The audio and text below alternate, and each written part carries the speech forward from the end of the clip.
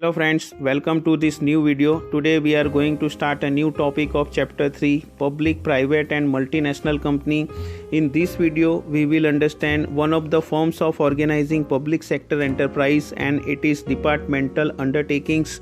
So we will understand its meaning, its features, its merits and demerits in this video. Okay, so let's start the topic now. Forms of organizing public sector enterprise. Government wants some kind of organizational form to work in the country, and government is playing very important role in formation of public sector. Through the public sector enterprises, the government participate in the economic activities of the country. A form of public sector enterprise is depending on nature of its operations and relationship with government. It is also depending upon its requirements. There are three forms of organizations which a public enterprise may take. First is a departmental undertaking, second statutory corporations, and the last is government company. In this video we will see about departmental undertakings in detail. Departmental undertakings. This is the oldest and most traditional form of organizing public enterprises. Under this form, a public enterprise is run as a department of government, and it is a part or an extension of ministry. The government functions through these departments, and activities performed by them are integral part of the functions of the government. They do not have independent legal entities. These undertakings are working under the control of central or state government.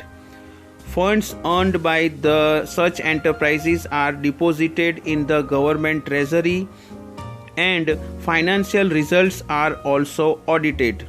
The CEO is a secretary of department and working under the control of concerned ministry. The minister concerned is responsible for the failure or success in the parliament. Now let's see its features. First is the funds of departmental undertakings are directly coming from the government, and the revenue earned by the departmental undertakings is also paid into the treasury. Second, the departmental undertakings are subject to accounting and audit controls.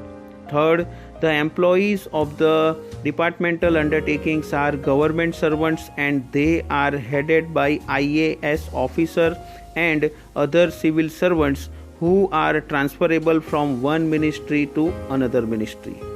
Next is there is a direct control of ministry on the departments, and the last is these undertakings are accountable to the ministry because they are directly under the control of ministry.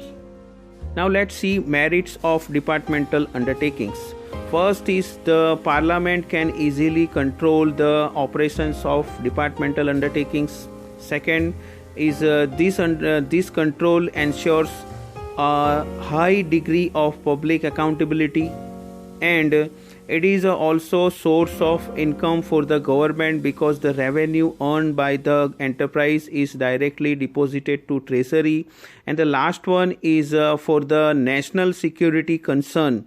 This form of organization is the most suitable because it is under the direct control of concerned ministry. Departmental undertakings are suffering from some of the serious drawbacks. Let's see some of them.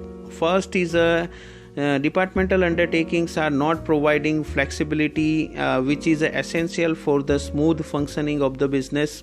The direct control and political interference lead to lack of flexibility.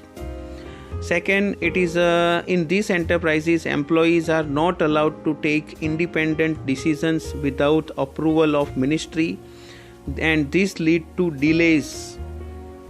In the matter where quick decisions are required, we are not able to take decision quick. Next is departmental undertakings are unable to take advantage of business opportunities because government officers are overcautious and following conservative approach which does not allow them to take risky ventures. Next is a red tapeism is seen in day-to-day operations. New work is starting after following proper approval procedure only. Next is there is a lots of political interference through the ministry in this type of firm. And the last is these organizations are not giving much importance to customers, and even many times they do not provide proper services to them.